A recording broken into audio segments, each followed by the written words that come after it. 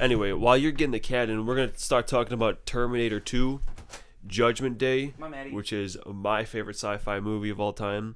And I imagine a lot of people's favorite sci-fi movies of all time, because it's a very regarded as one of the best movies of all time, one of the best sequels of all time. Tell him. And one of the best Arnold performances of all time, because he just plays a robot, and he's pretty good at that. Yeah, if he has to play an actual human, that's where it gets a little dicey. But and there goes the dog again. Hopefully you can't hear... Oh, also, I got a new dog. But that was also an episode that we did before. I just felt I needed to mention it because now he's in his barking phase. So, in case you don't remember all those months ago when I had announced that I got a new dog, here's a little refresher. He's a piece of shit. He's a bitey, barky son of a bitch. And I don't know if you could hear the cat eating.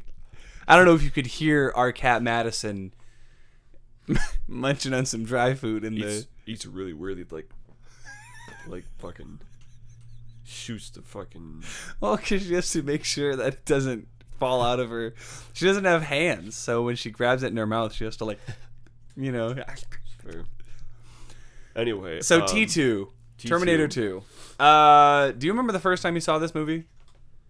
Was it after the original Terminator, or did you see this first? I saw it first. Okay.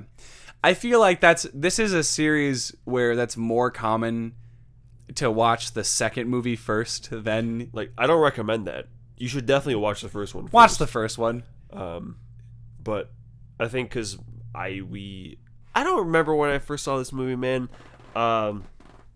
I don't know if we owned it in the house or what, but yeah, I watched it and it was really good. Yeah. Enough said, man. Is that it? Enough said.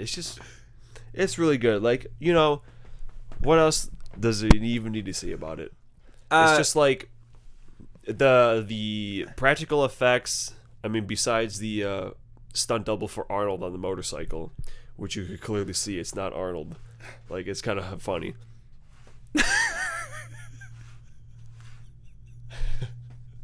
Did you catch that? Did you catch that? The cat's doing other things now. Oh boy. Anyway, Robert Patrick, I think was his name is, who played the T-1000. Yeah, or yes, because Arnold is the T-800. Yeah. God, I'm sorry. This cat is just fucking. I don't know. Really throwing us off here. Yeah.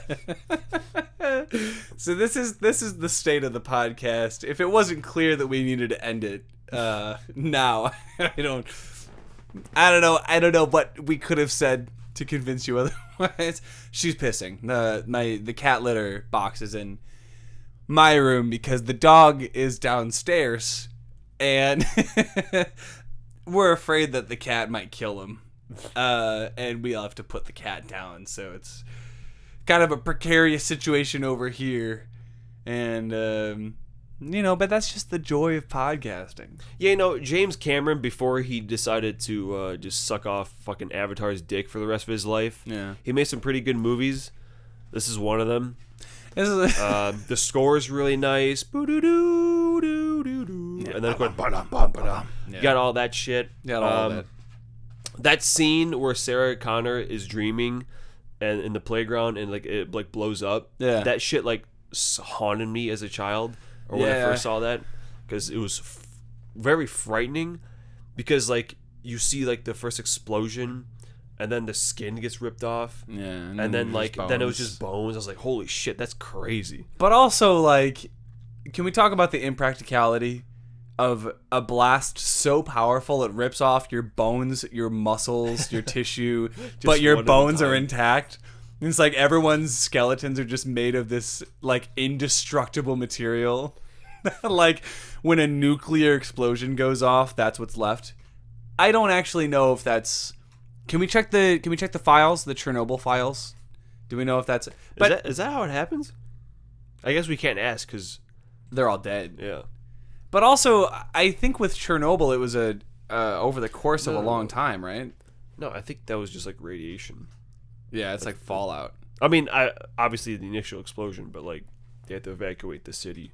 Yeah. Because of the radiation. But yeah, it was a real life Fallout location. Real life Fallout location. Which is kind of similar to, I feel like Fallout and Terminator, the Terminator universe have some similarities. But obviously in T2, those unfamiliar. We talked about Back to the Future in the last episode, which was just 2 weeks ago. I don't know what the fuck you guys are smoking. Right. But we just did that. And in the... What, do you want to go out now? Jesus Christ. You want to leave? Man, we should have... Shit, we should have set up like a cat cam for this episode. Cat cam. Get out of here. You like my butt? Can you see it? Bruh. There you go.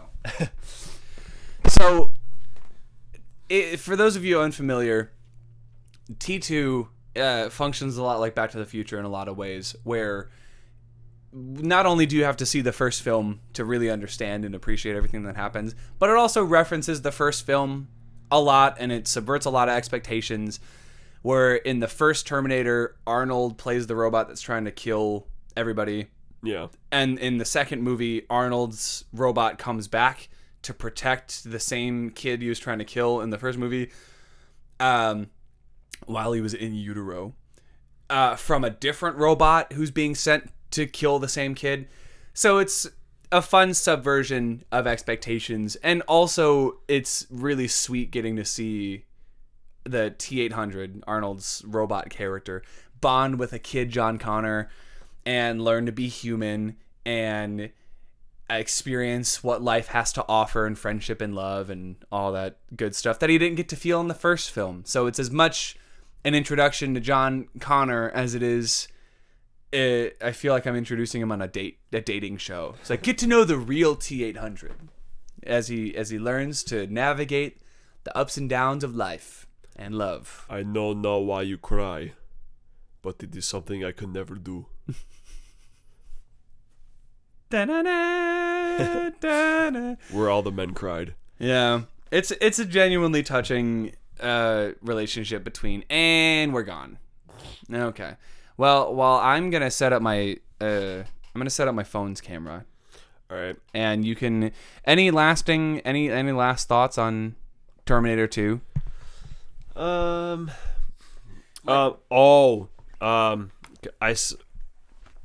Because they're putting the T-1000 in Mortal Kombat. He's gonna be like a DLC character. Really? Yeah. And then good old Twitter. I saw some dipshit be like, "Who the fuck is this?" And then someone in the comments was like, "Oh, it's this guy from this movie. You should watch it." And that dude was like, "I ain't watching that old ass shit." All right, then keep not knowing who it is, you dumb fuck. Anyway, so kids today are stupid. In case you didn't know. Yeah, man, it's just really good. Like, I'm terrible with these kind of things, because like, what else am I gonna say besides, oh, this scene was really good, that scene's really good. There's nothing bad in it. Sawakana. I mean, the kid can be kind of annoying, but I guess that's the whole point. And all the Terminators after this movie just like kind of suck. Like they try to like bring it back with Dark Fate, go back to the Sarah Connor stuff, and it just like wasn't good still. Yeah. So there's no hope for the franchise left. Like 3 was a little fun because Arnold puts on like pink sunglasses. That was kind of amusing. Yeah, that's the only moment in the movie that's fun. Salvation was just dumb. Yeah. Genesis was just no. Yeah. So. Basically, none of it happened.